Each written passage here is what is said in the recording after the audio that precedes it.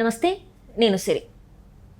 జగన్మోహన్ రెడ్డి గారు అధికారం దిగిపోయిన తర్వాత అయితే సజ్జలుగానే దూరం పెడతారని చెప్పేసి చాలా వరకు ఆ వైసీపీ నేతలే కార్యకర్తలే అనుకున్నారు. ఎందుకంటే మేజర్ అంటే అందులో ఉన్న 90% మంది సజ్జల చేయబట్టే ఈరోజు వైసీపీకి ఈ గతి, జగన్మోహన్ రెడ్డికి ఈ గతి పట్టిందని చెప్పేసి అనుకుంటున్నారు. కానీ అయినా కూడా జగన్మోహన్ రెడ్డి అయితే ఎక్కడ కూడా సజ్జల్ని దూరం పెట్టలేదు. అసలు ఎందుకు పెట్టలేదు, ఏంటి దాని వెనుక ఏమైనా కథ ఉందా అనేది మనకి వివరించడానికి మనతో పాటు ఉన్నారు TDP official spokesperson Suryadevara Latha గారు. నమస్కారం మేడం. నమస్తే మేడం. అంటే జగన్మోహన్ రెడ్డి గారు సకల శాఖ మంత్రి అంటే ఆయన ఆ పేరు వచ్చేసింది సజ్జల రామకృష్ణారెడ్డికి. ఆయన దూరం పెడతారని చెప్పేసి చాలామంది అనుకున్నారు. ప్రభుత్వం మారిపోయిన తర్వాత అంటే 151 సీట్లు వచ్చిన జగన్మోహన్ రెడ్డి ప్రభుత్వానికి ఏకంగా ఇక్కడ ప్రజలు ఈసారి చూస్తే కేవలం 11 సీట్లకే అంకితం చేశారు. అది ఎందుకంటే సజ్జల చేయబట్టే ఈరోజు ఇలాంటిది అయింది అని చెప్పేసి మనకి వార్తలు వచ్చాయి. కానీ ఇప్పుడు చూస్తేనేమో అసలు సజ్జల్ని కాదు కదా, ఇంకా ఆయన నుంచి వెళ్ళే స్క్రిప్ట్స్ ఇంకా ఆయన్నే అందిస్తున్నట్టు మరి వార్తలు వస్తున్నాయి. ఇంకా దూరం పెట్టలేదు, ఇంక ఇది మారదేమో అని చెప్పేసి ఆ నేతలే అనుకుంటున్నారు. మరి దీన్ని అసలు ఎలా చూడాలంటారు? సజ్జల గారైతే సకల శాఖ మంత్రి అనటం అయితే ఎట్టి పరిస్థితుల్లో తప్పు కానే కాదు. ఎందుకంటే ఆయన అయితే గతంలో 5 ఏళ్ళుగా అదే చేశాడు. ఎవరికి అపాయింట్మెంట్స్ ఇవ్వకపోవటం కానివ్వండి, ఆయన డైరెక్షన్లో మినిస్టర్స్ నడవటమే కానీ, ఎమ్మెల్యేలు కానించి కార్యకర్తల కానించి మొత్తం ఇంకా ఆయనే చూసుకోవటం. ఈయన ఇంట్లో కూర్చొని పబ్జీ ఆడుకున్నాడో, ఇంట్లో టైంపాస్ చేశాడో తెలియదు, తాడేపల్లిలో ప్యాలెస్లో.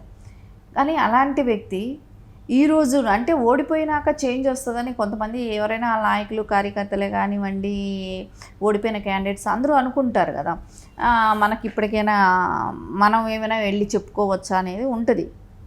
కానీ ఇప్పటికి కూడా ఎలా ఉందంటే సజ్జల గారి డైరెక్షన్లోనే నడుస్తుంది అనేది అయితే వాళ్ళకి అర్థమవుతున్నట్టుంది. అంటే ఇక్కడ తీసుకునే డెసిషన్స్లో ఇక్కడ బాగా తేడాలు కనపడుతున్నాయి. ఆయన మాట్లాడే మాటలే కానివ్వండి, స్క్రిప్ట్ అంతా కూడా ఎక్కడి నుంచి వెళ్తుంది, మళ్ళీ సజ్జల గారే స్క్రిప్ట్ ఇస్తున్నారు. ఈ స్క్రిప్ట్ అంతా కూడా ఎలా ఉంది, ఏదైతే ఎలక్షన్ బిఫోర్ ఎట్లాంటి పిచ్చి పనులన్నీ చేశారో, అంటే గులకరాయి విషయమే కానివ్వండి, ఇట్లాంటివన్నీ ఏదైతే డ్రామాలు చేశారో ఇలాంటివన్నీ మళ్ళీ ఇప్పుడు స్టార్ట్ చేశాడు కదా. అంటే తిరుమల విషయమే కావచ్చు, డిక్లరేషన్ అడిగేటప్పటికి మానేయటం కానివ్వండి. అంటే ఇప్పుడు అలాంటి విషయం వలన హిందువులందరికీ కూడా కొంచెం ఒక పర్సంటేజు జగన్మోహన్ రెడ్డికి అంటే వాళ్ళ నాయకులకి కొంతమందికి ఏదైనా కొంచెం ఒక నమ్మకం ఉంటుంది. సర్లే అన్ని మతాలని ఒకటిగా చూస్తున్నాడేమో. ఇప్పుడు చంద్రబాబు నాయుడు గారు ఉన్నారు, ఆయన వెళ్ళారనుకోండి, ఎక్కడ ఏ పద్ధతులు ఉంటే వాళ్ళ పద్ధతులకి ఆయన వెళ్తారు. ఇప్పుడు చర్చికి వెళ్ళినప్పుడు వాళ్ళ పద్ధతులు ఏంటో అవి పాటించాలి. మనం మసీదుకి వెళ్ళినప్పుడు వాళ్ళ పద్ధతులు ఏంటో అవి పాటించాలి. నెత్తిన టోపీ పెట్టుకోవాలి. సో వాళ్ళ పద్ధతులు వాళ్ళు ఏం చెప్తే అది చేయాలి. అదేలాగా హిందూ మతానికి కూడా అంటే వేరే కులానికి మతానికి సంబంధించిన వాళ్ళు వచ్చినప్పుడు ఖచ్చితంగా డిక్లరేషన్ అనేది ఉంటుంది కదా. అంటే గతంలో చేసిన వాళ్ళందరూ అబ్దుల్ కలాం లాంటి వాళ్ళు చేసిన వాళ్ళని అలాంటి వాళ్ళని కూడా అవమానపరచటమా? అంటే ఆయనైతే అబ్దుల్ కలాం గారు సంతకం పెట్టారు అంటే ఈయన పెట్టాడు అనమాట. ఈయనకి ఆయనకన్నా గొప్పవాడు అనుకుంటున్నారా? అబ్దుల్ కలాం గారి కంటే గొప్ప ఆయన ఏమైనా కాదు కదా. సో ఒక సిద్ధాంతాలు, కొన్ని మతానికి సంబంధించిన ఒక కొన్ని కండిషన్స్ అనేటివి ఉంటాయి, దానికి లోబడే పని చేయాలి. అది అక్కడ మనకు అక్కడ ఫెయిల్యూర్ కనపడింది కదా. ఈ రోజున ఎలా ఉంది, ఎవరైనా మాట్లాడేంత ధైర్యం చేస్తున్నారు అని అంటే హిందువులైనా కూడా వాళ్ళు అన్ని మతస్థులే ఉండాలి. హిందూ మతానికి సంబంధించిన వాళ్ళు ఎవరైనా కూడా దేవుడు మధ్యలో, దేవుడు ముందు అందరూ ఒకటే కదా. సో అందరూ పార్టీల తర్వాత చూస్తాం, ఫస్ట్ వాళ్ళైతే ఎవరైనా సరే ఫస్ట్ దేవుడికి ఇంపార్టెంట్ ఇస్తారు. వాళ్ళ మతానికి సంబంధించిన దేవుడి మీద ఎక్కువ ఇంపార్టెంట్ ఇస్తారు, తర్వాత వేరే అనుకుందాం. సరే, అలాంటప్పుడు మనం వెళ్ళి ఇంకొక మతంకి వెళ్ళి మనం అక్కడ చేయొచ్చు, ఇచ్చేయచ్చు. కానీ మనం అన్ని మతాలు సమానం అనుకున్నప్పుడు ఆ మతం విలువలు మనం పాటించాల్సినప్పుడు ఇక్కడ మన దగ్గరకు వచ్చిన వాళ్ళు కూడా ఆ మతం విలువలు పాటించాల్సిన అవసరం ఉంది. అది ఒక రాజకీయ నాయకుడికి ఉండాల్సిన కామన్ థింగ్ అది. ఎందుకంటే హిందువులు అందరూ ఓట్ బ్యాంక్ నీకు కావాలనుకున్నప్పుడు, హిందువులు ఎంతమంది కొన్ని కోట్ల మంది మనోభావాలకు విలువ ఇవ్వాలనుకున్నప్పుడు నువ్వు డిక్లరేషన్ మీద సంతకం పెట్టి ఉండాలి. సో అలా పెట్టలేదు అని అన్నప్పుడు ఇదంతా నువ్వు జగన్ గారు ఇచ్చిన జగన్ గారు ఎవరి డైరెక్షన్లో నడిచారు? సజ్జల గారి డైరెక్షనే కదా. ముందు రోజంతా హడావిడి చేశాడు, నేను వస్తాను, నేను పాదయాత్ర చేస్తాను అన్నాడు, కాలు బెనికింది అన్నాడు. తర్వాత రోజు అన్నాడు నేను మళ్ళీ డిక్లరేషన్ నేను నా మతం మానవత్వం అన్నాడు. అంటే ఇక్కడ డిక్లరేషన్ చేయాలి అంటే మానవత్వం గుర్తొచ్చింది, అప్పుడు గుర్తొచ్చింది.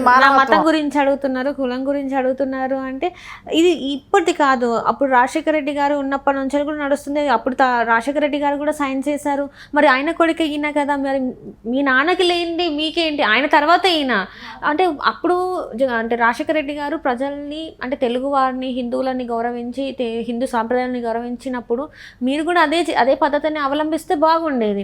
ఇప్పుడు అలా చేయకుండా ఇలాంటివి చేసేసరికి చాలా మందికి ఒకలాంటి అంతో ఇంతో ఎవరైతే కొంతమంది ఉన్నారో వాళ్ళు కూడా విరక్తి చెందుతున్నారు ఈ పద్ధతుల్ని చూసి. అది కూడా కాకుండా నేను 5 సంవత్సరాలు వెళ్ళాను, నా నెత్తి మీద పట్టుబట్టలు పెట్టుకొని వెళ్ళాను అంటే నువ్వు చేసిందే తప్పు, నువ్వు చేసిన ఆచారాలే తప్పు.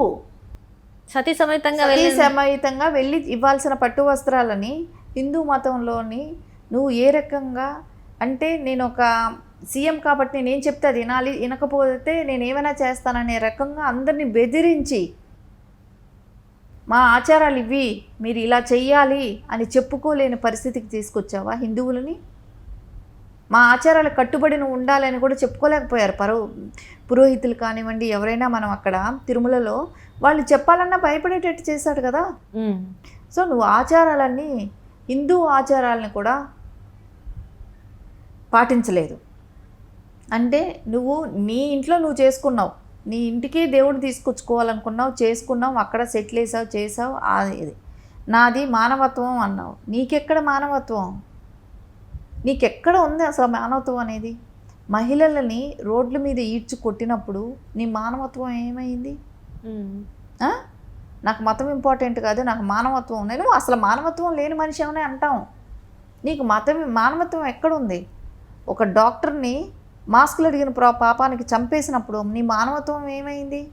ఆయన ఎవరి కోసం అడిగాడు? ప్రజలందరికీ కూడా మాస్కులు అవసరం కదా. సో మాస్కులు ఇవ్వండి డాక్టర్లకి, మేము బాగుంటే మేము మళ్ళీ ఇంకో నలుగురికి ఇది చేయగలుగుతామని అడిగిన దానికి మాస్క్ అడిగిన పాపానికి ఆయన చంపేసేయలేదా? పిచ్చోడిని చేసి మహిళల్ని ఏ రకంగా అమరావతిలో ఉన్నాయి. నీకు అసలు మానవత్వం అనే డైలాగ్ ఎట్లా నీకు వర్తిస్తుంది? ఆ మాటలు మాట్లాడుతుంటే ఈరోజు అంటే జబర్దస్త్ షోలో బఫూన్ లాగా అయిపోయినట్టున్నారు జగన్మోహన్ రెడ్డి గారిని చూస్తుంటే. ఎందుకంటే మనం ఏం మాట్లాడుతున్నాం, మనం ఏం చేసాం గతంలో అనేది ఒకటి ఆలోచించాలి, అప్పుడు నువ్వు ఆ మాట మాట్లాడాలి. సో నువ్వు ఎప్పుడూ అలా మాట్లాడటం లేదు. అంటే 5 ఏళ్ల తర్వాత నువ్వు మాట్లాడింది ఇప్పుడు నమ్మడానికి ప్రజలు సిద్ధంగా ఉంటారా? నువ్వేం ఆచారాలు చేసావు, నువ్వేం పద్ధతులు పాటించావు, నువ్వు హిందూ మతానికి ఎక్కడ విలువిచ్చావు? విలువిచ్చినాడువైతే నీ భార్యని వెంట పెట్టుకొని వెళ్ళి పట్టు వస్త్రాలు ఇచ్చి ఉండాల్సింది. సో ఫస్ట్ ఏ సంవత్సరం అయితే నువ్వు చేసావో ఫస్ట్ ఇయర్, అప్పటి నుంచి ప్రజలందరూ కూడా సోషల్ మీడియాలో చెప్తూనే ఉన్నారు. సో అందరూ ట్రోల్ చేస్తున్నారు, అందరూ చెప్తూనే ఉన్నారు ఎప్పుడు భార్యాభర్తలుగా వెళ్ళి ఇవ్వాలి అనేది. కానీ ఎక్కడ ఇవ్వలేదు కదా. సో ఇవన్నీ చూస్తుంటే ఆయన ఏ రోజు హిందూ మతానికి ఇవ్వలేదు. ఇదంతా సజ్జల గారి డైరెక్షన్లోనే నడుస్తున్నాడు.